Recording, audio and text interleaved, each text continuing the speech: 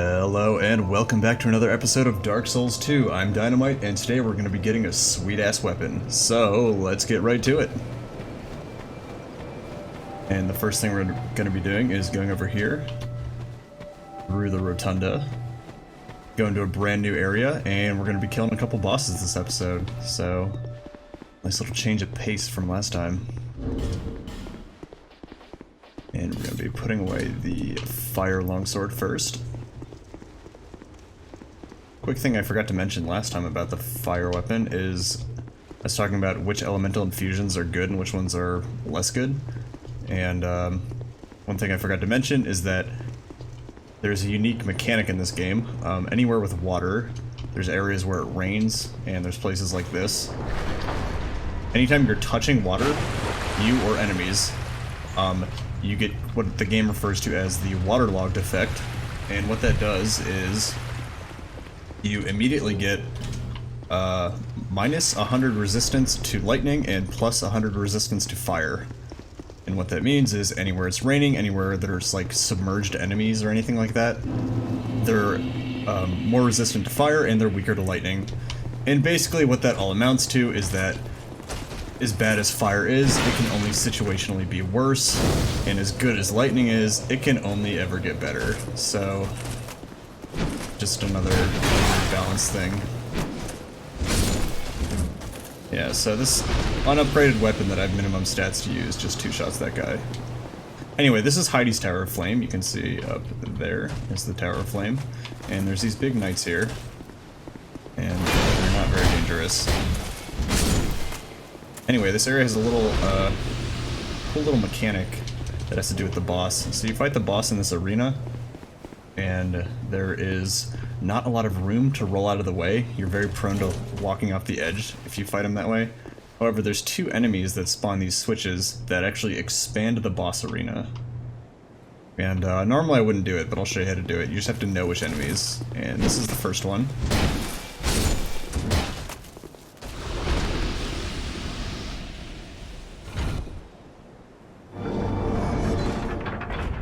And if you pay attention over there, that's the boss arena, right across the water there. You just pay attention to it.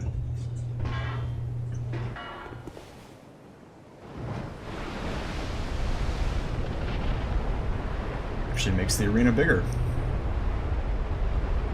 And once you pull the second one, it gets small enough that you can't actually fall off, I believe. And so there's a bunch of knights here, and the only one that triggers it is the one in the middle.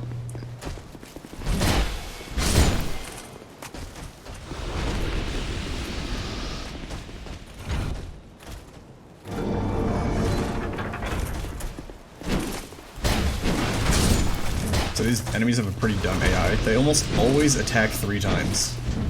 I think they very occasionally have a 4th attack. That's the ones with the sword and shield.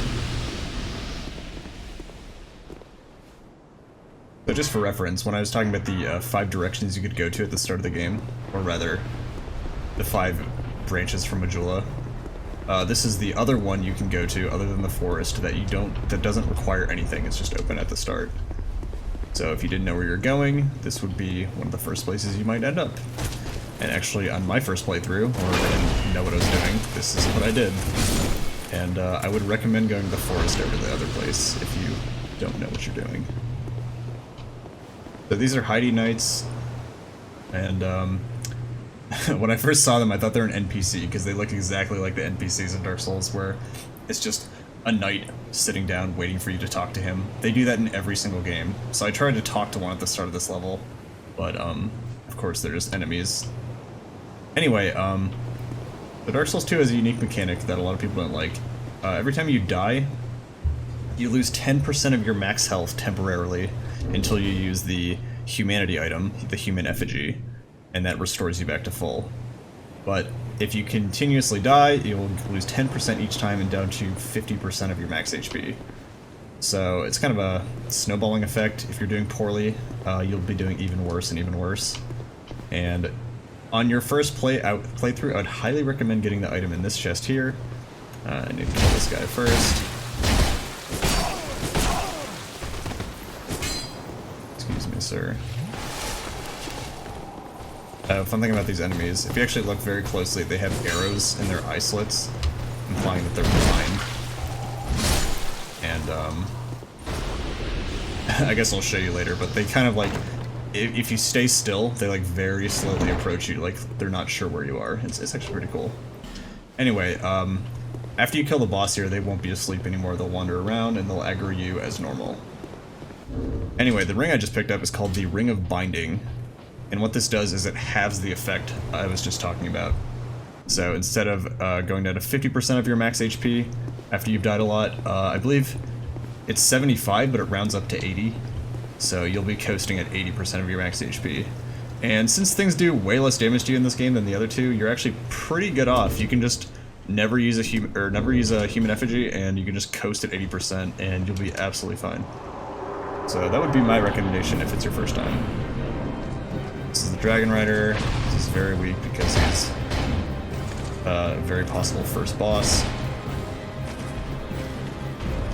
And also I have a stupid OP weapon.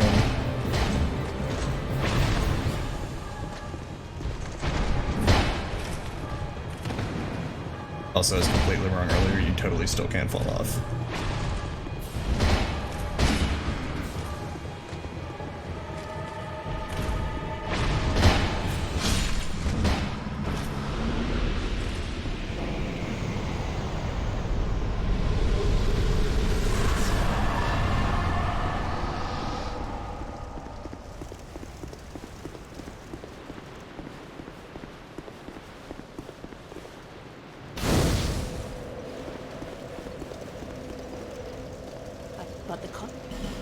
So this is Lycia. I'm going to buy the Homeward spell. I can't cast it right now. She does sell miracles. This is where you'd buy miracles if you wanted to buy them on your character. It's the first stop.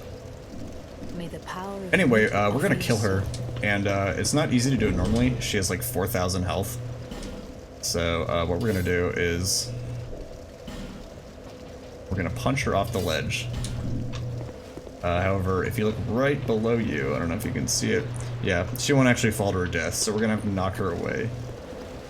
And you can see here that she doesn't have any armor, so every time you hit her, she she will get knocked back. She has 0 poise. I've no choice now. After you've gotten her attention, we'll very slowly kind of try and cast spells. And we're just gonna walk her over here.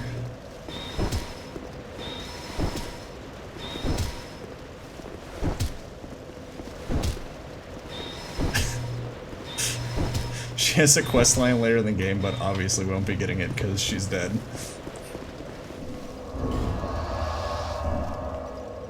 Anyway, now that she's dead, we can pick up her items, and one of them is the Rotunda key, which spins the Rotunda and lets us go to a new area.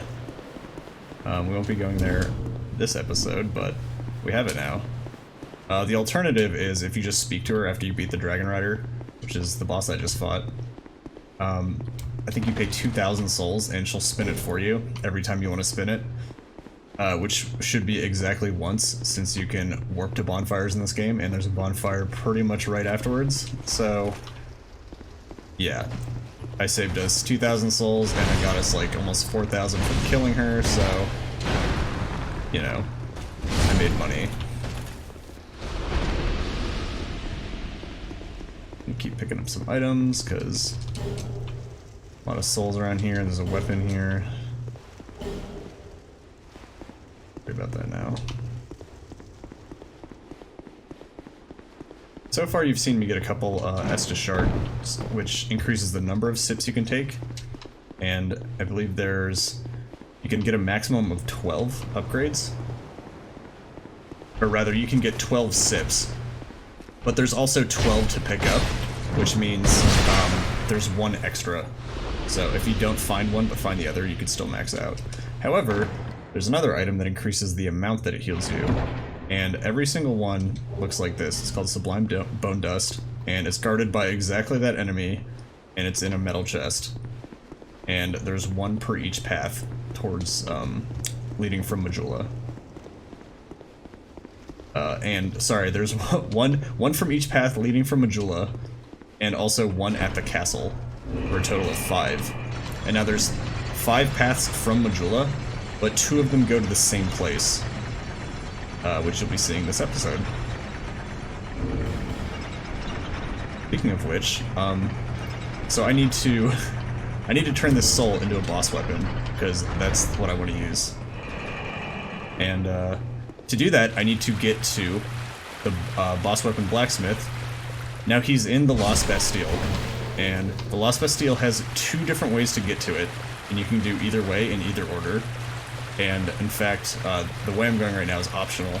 However, if I go the way I've already been to the Lost Bastille, I would need to use the Fragrant Branch of Yore to unpetrify the statue, and I also need a second one for the blacksmith, so I need at least 1. But if I go this way towards the Lost Bastille, I only need the one to unpetrify the blacksmith and not the extra one to fight a boss and then to get to him. And it's stuff like that that really makes me appreciate this game, because there's a lot of routing stuff that's just fun to think about, it's fun to plan out, especially when you know what you're doing. And it's just, I've never had to sit down when I was playing Dark Souls and just think about how I'm going to get from A to B so much. And it's just one of the things that this game did really well. Now we're approaching No Man's Wharf. And this is a pretty terrible area if you're underleveled. And it could very easily be the second level you've gone to if you went straight to Heidi's Tower of Flame, and then immediately here. And in fact, if you did that, you would have 1 sip of your Estus, and you would be in an extremely overpopulated level with tons of enemies, and no way to find the boss. I'll show you this level later. We're gonna skip it for now just because I want to get the weapon first. There is a lot of interesting items here, and I'm getting one of them because I want to unpetrify the guy. Because the way I picked is I'm going to be using 2 Fragrant Branches of Yore and fighting a different boss than the one in this zone.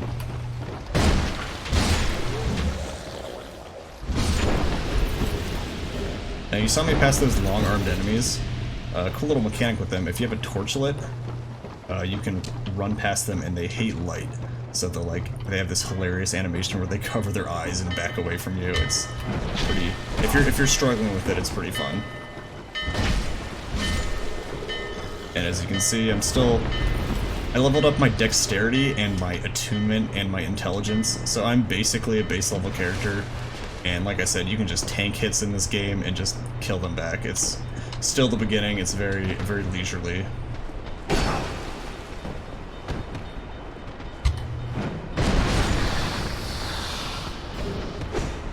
Ooh, I got a shadow mask. So you saw that I was bleeding there. The bleed in this game is not actually bleed from Dark Souls 1 or Dark Souls 3. Bleed in this game is almost exactly the frost effect from Dark Souls 3. It doesn't do percent max health. It does a flat 200, and then after that, it reduces their max stamina by some amount, 75%, which I believe is what frost does in Dark Souls 3, so yeah, that's actually what bleed is. There's no proper bleed in this game, which is a damn shame. As, you know, dumb as bleed is.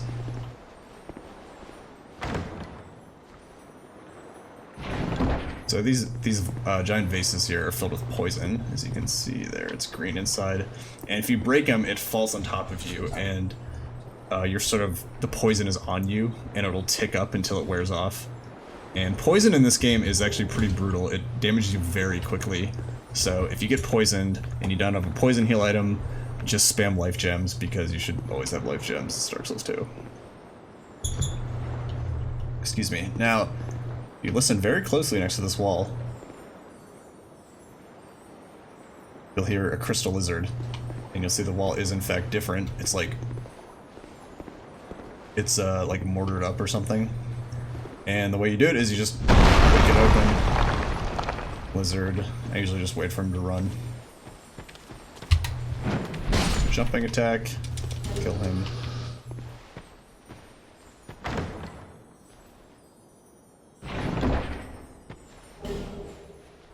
So that's the Royal Soldiers ring. It's the base level equipment load reduction ring. It's pretty weak. I wouldn't use it. I would just wait for the better versions.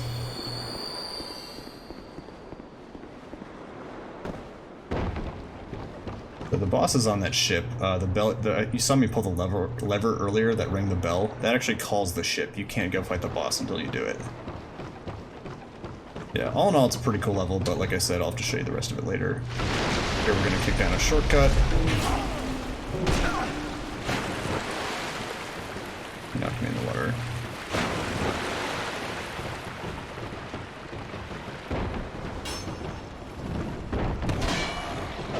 Yeah, so as you can see here, there is a ton of enemies if you don't bother fighting them all.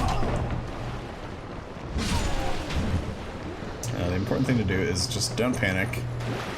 Make sure you use life gems when you're running away from enemies because it keeps you walking. Unfortunately, I'm gonna have to kill a bunch of these.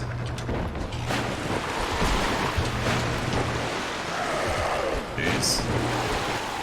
Guys, everyone chill. Alright. Look at that run animation. Oh my god. Alright, this is ridiculous. Yeah, as much as I talked at the Craftsman Hammer, it's very short-ranged, and I have no poise because I'm using the money equipment. So, let's see, if you're patient, you can pretty much survive anything.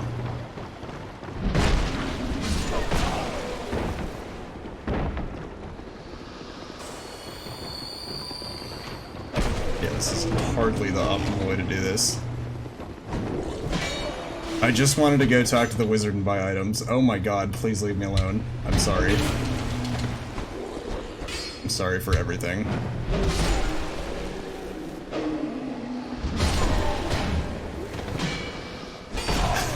This is ridiculous. Oh my god, did I just corner myself?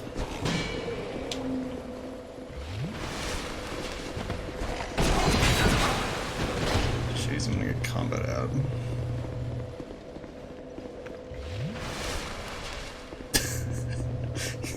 And that's how you beat No Man's Wharf. Yeah, that was awful. Yeah, as you can see, these guys have a pretty long combo attack, so don't play like me and don't get hit by them.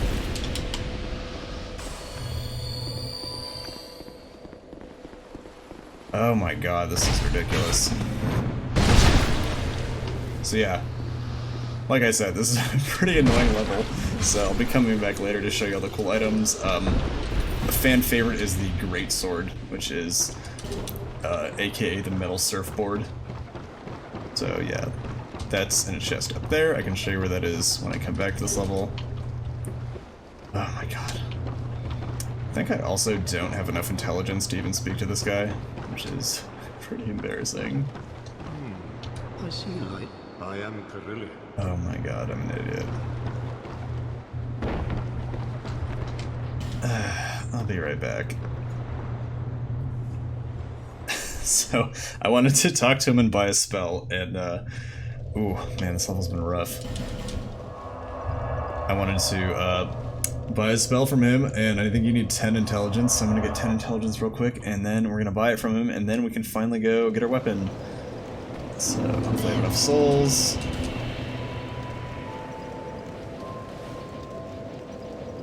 Not even close.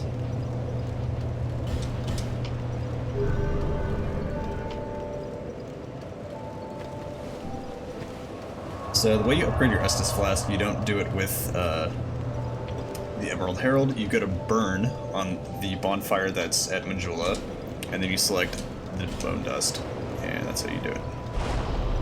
It's very weak in this game. I think the base healing for your Estus is 600, and then each Sublime Bone Dust adds another 50 health. So, yeah, not a huge amount.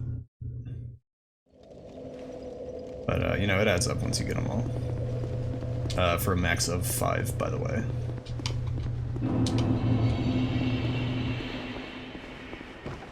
Alright, Let's do this shit again. Hopefully I won't aggro nearly as many enemies.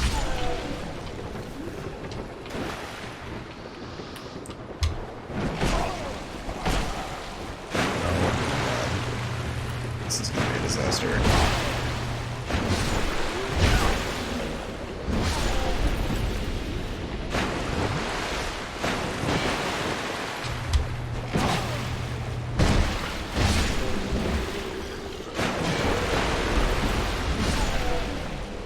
Yeah, what I was talking about earlier, if you're in water, you take extra damage from lightning and less from fire. That would be most of the areas in this level. You can't see it right now, but or I guess you can kind of see it. I'm leaving footprints, like I'm actually wet, and that indicates that I'm waterlogged. Okay.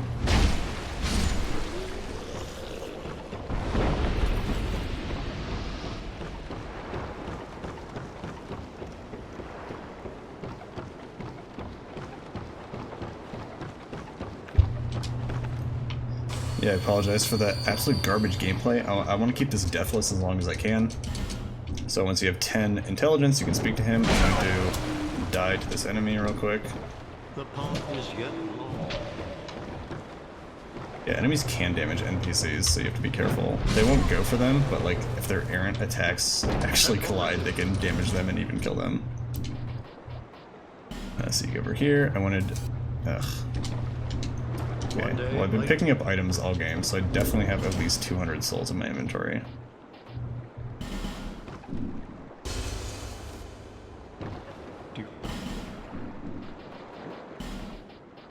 So this is magic weapon. It makes you do extra magic damage with your weapon. It also makes it a nice toothpaste color, so you can see some of that soon.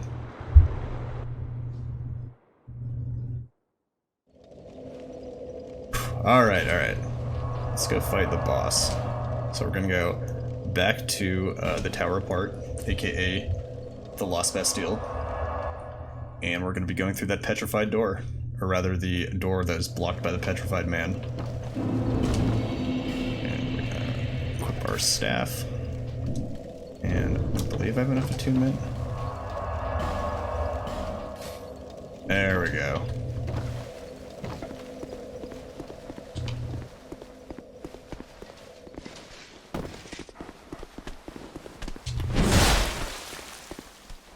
Excuse me, sir.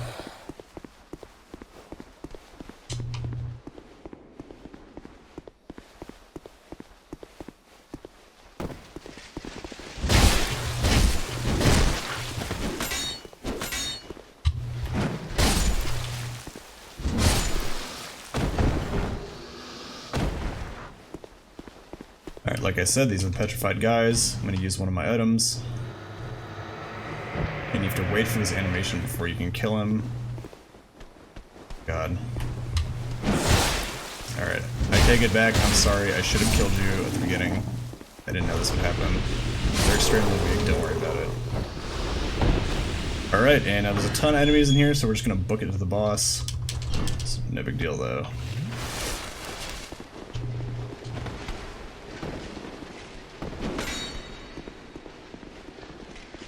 Wait for him to get a little closer.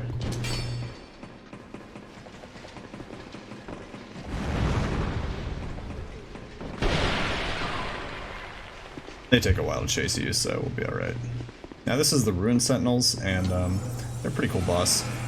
So there's 3 enemies, and you're timed on when you fight them, so you want to kill them all as fast as you can before they all group up, and you have to fight 3 at once. And like every early game boss, they're extremely weak to the Craftsman Hammer. You can't see it right now. I'm on this ledge, and if I fall off, I can't get back up. And now there's 2 more are coming, and once he gets to the ground, he's gonna jump up, and they always do a big attack when they jump up, so stand far away from the ledge.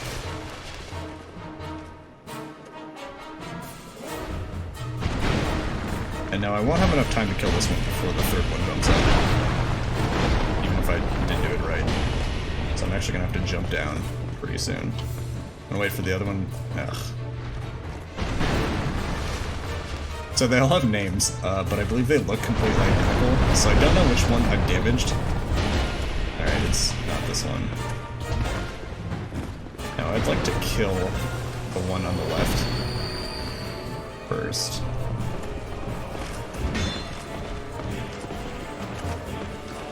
These guys do have some funny attacks.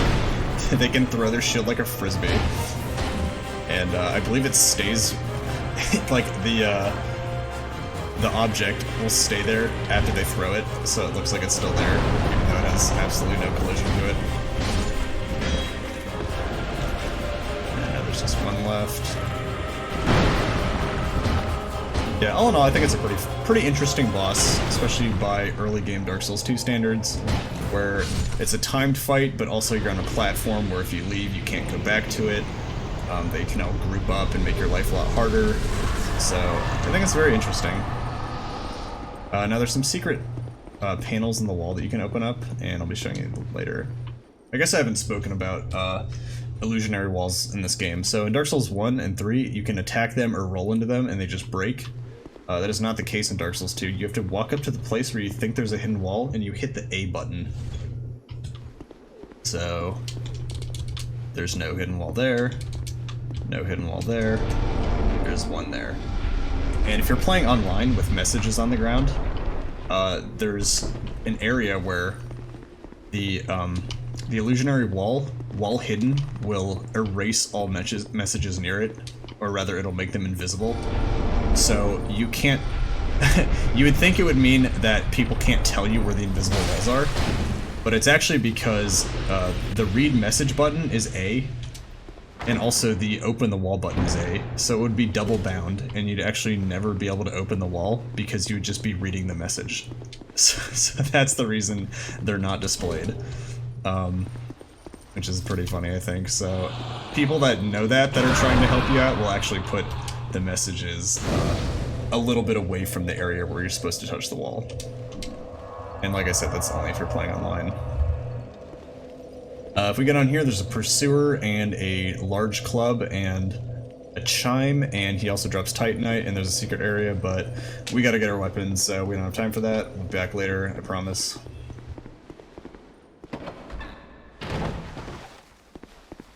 So we're picking up a key over here because I want to be able to upgrade the weapon and get a little bit. The Bastille key, and of course an enemy comes. Didn't mean to do the guard break. Yeah, like I said earlier, Lost Bastille is a great level. You have multiple points of entry, and it all leads to one boss. And in this game, if you had been paying attention to people in Majula, the goal of the game is you need to go to the castle to talk to the king. However, if you speak to the cat in Majula, you won't be granted access until you gather souls. And what that means is you actually have two options to get to the castle. One of them is you need to kill the 4 guys, as the Souls tradition. Kill 4 dudes, progress through the game. However, you actually have a choice in this game. You don't have to kill the 4 dudes if you don't want to. You just have to collect a total of 1,000,000 souls throughout your playthrough so far. And that is your soul memory. Soul memory is used for multiplayer in this game. It's a pretty contentious point. It was pretty much made to only get rid of smurfing, and it did a very good job of that. However, it made multiplayer a lot more difficult, so if you want to play with your friends, it's kind of a bitch, but yeah, as far as stopping smurfs, they did a good job. Anyway, your soul memory is, if you go to your player status, it's the number right here. So right now I have... I haven't elaborated. Your soul memory is how many souls you've obtained throughout your entire playthrough. And it doesn't matter if you spent them on levels, it doesn't matter if you spent them on weapon upgrades or items, it doesn't matter if you had 173,857 souls and you just died and then never picked them up, it still counts. One thing that doesn't count, however, is if I die and my bloodstain leaves 50,000 souls. Picking up your bloodstain does not add to the total, however, everything else does. So when this number says 1,000,000, I can actually go and beat the second half of the game.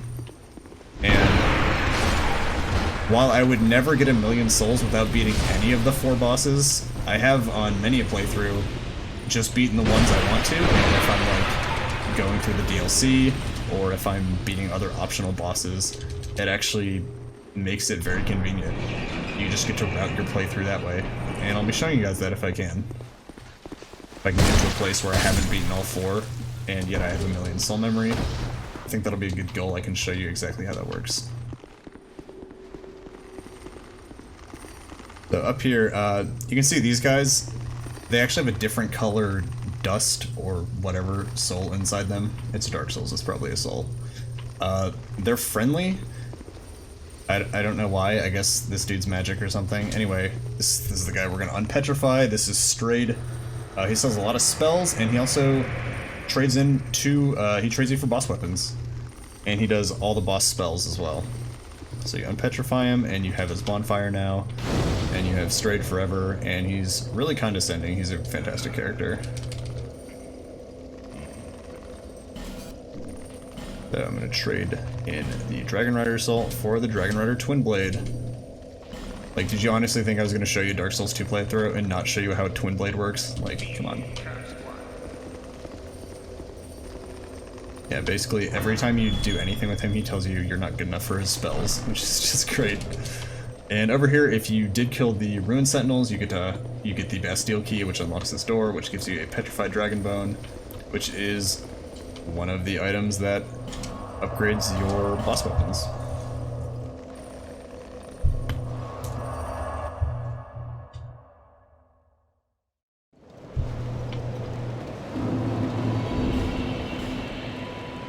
So Twinblades are a Dark Souls 2 item, or Dark Souls 2 exclusive, and they have a one-handed moveset, but it's laughably stupid.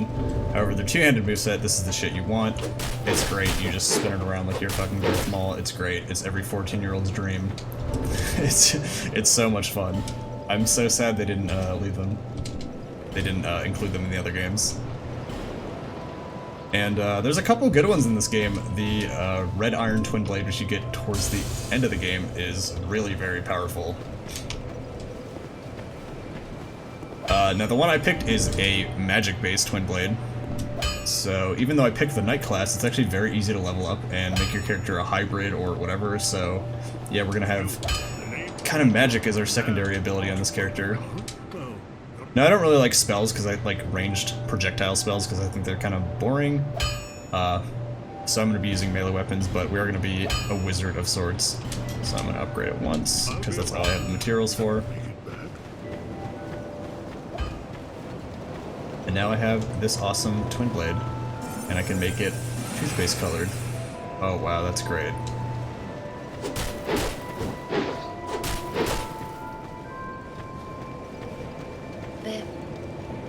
So one last thing will be leveling up our stamina. Sorry, endurance, because we want to swing this thing as much as we can.